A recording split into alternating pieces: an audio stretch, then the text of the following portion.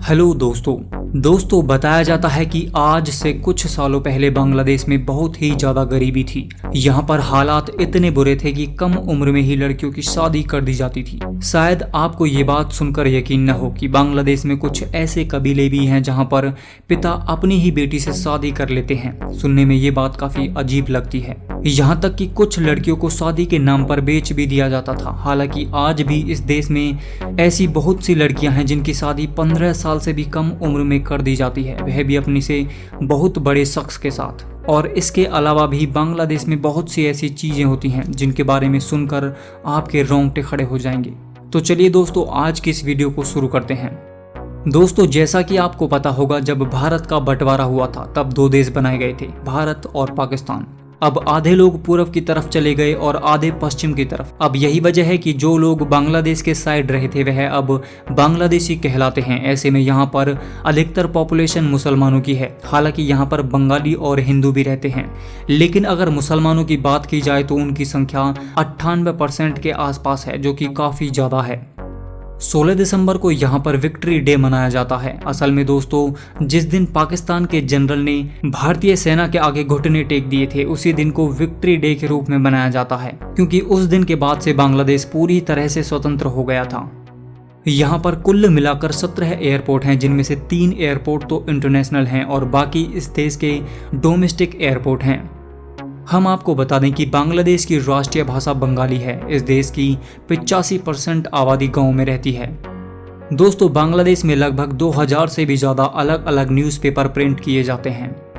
बांग्लादेश बहुत ही अजीब देश है, क्योंकि साल 1971 में भारत के सहयोग से बांग्लादेश एक आज़ाद देश बना, वरना उससे पहले तो यह पूर्वी पाकिस्तान के रूप में जाना जाता था।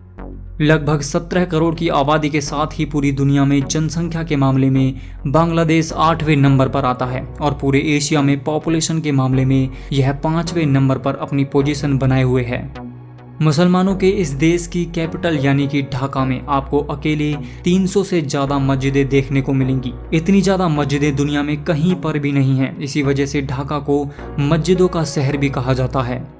दोस्तों, जैसा कि हम सभी जानते हैं कि बंगाल के साउथ में बे ऑफ बंगाल है और बंगाल की खाड़ी को दुनिया की सबसे बड़ी खाड़ी के रूप में जाना जाता है। दोस्तों, दुनिया में अगर एरिया वाइज सबसे बड़े देशों की बात की जाए तो यह 91वें नंबर पर आता है। बंगाल दुनिया का चौथा सबसे बड़ा चावल उत्पादन करने वाला देश भी है। दोस्तों, वैसे तो भारत की तरह बांग्लादेश में भी सबसे ज़्यादा पसंद किया जाने वाला और खेला जाने वाला स्पोर्ट क्रिकेट है, लेकिन यहाँ का आधिकारिक खेल कबड्डी माना जाता है। वैसे कबड्डी और क्रिकेट के अलावा इस देश में तीसरा सबसे ज़्यादा पसंद किए जाने वाला खेल है फुटबॉल। दोस्तों, अगर हम इस देश की जीडीपी की बात करें तो इस देश की जीडीपी 3,78,768 बिलियन डॉलर है और यहाँ की सालाना पर कैपिटल इनकम $2000 क्रॉस कर चुकी है। ग्रामीण क्षेत्रों में रहने वाले लोग अधिकतर खेती का ही काम करते हैं। यहाँ पर चाय की खेती के इस उद्योग से यहाँ के लाखों लोग जुड़े हुए हैं। दोस्तों, बंगाली लोग सबसे ज़्यादा चावल और मछली खाना पसंद करते हैं। दोस्तों, दुनिया के खतरनाक बाघों में से एक रॉयल बंगाल टाइगर बांग्लादेश का राष्ट्रीय जानवर माना जाता है। वैसे तो बांग्लादेश में कई सारी नदियां बहती हैं, लेकिन एशिया की सबसे बड़ी नदियां यहाँ पर गिरती हैं, जैसे कि मेघना, ब्रह्मपुत्र और गंगा। यह प्रमुख नदियां बांग्लादेश से होते हुए गुजरती हैं। यहाँ पर इतना ज़्यादा पानी होने की वजह से यहाँ की 68% भूमि खेती करने के योग्य है। यहाँ की करेंसी को बांग्लादेशी टका कहा जाता है। यहाँ पर 1 भारतीय रुपए की कीमत करीब 1.16 बांग्लादेशी टके के बराबर है। यानी कि आप इसे इस तरह समझ सकते हैं कि भारत के 100 रुपए यहाँ पर 116 टके के तौर पर देखे जाते हैं। अगर दोस्तों हम बांग्लादेश के एरिया की बात करें तो यहाँ का सबसे बड़ा शहर ढाका है, जो यहाँ का कैपिटल भी है। शायद आप यकीन न करें कि दुनिया का दूसरा सबसे बड़ा बीच आपको बांग्लादेश में देखने को मिलेगा।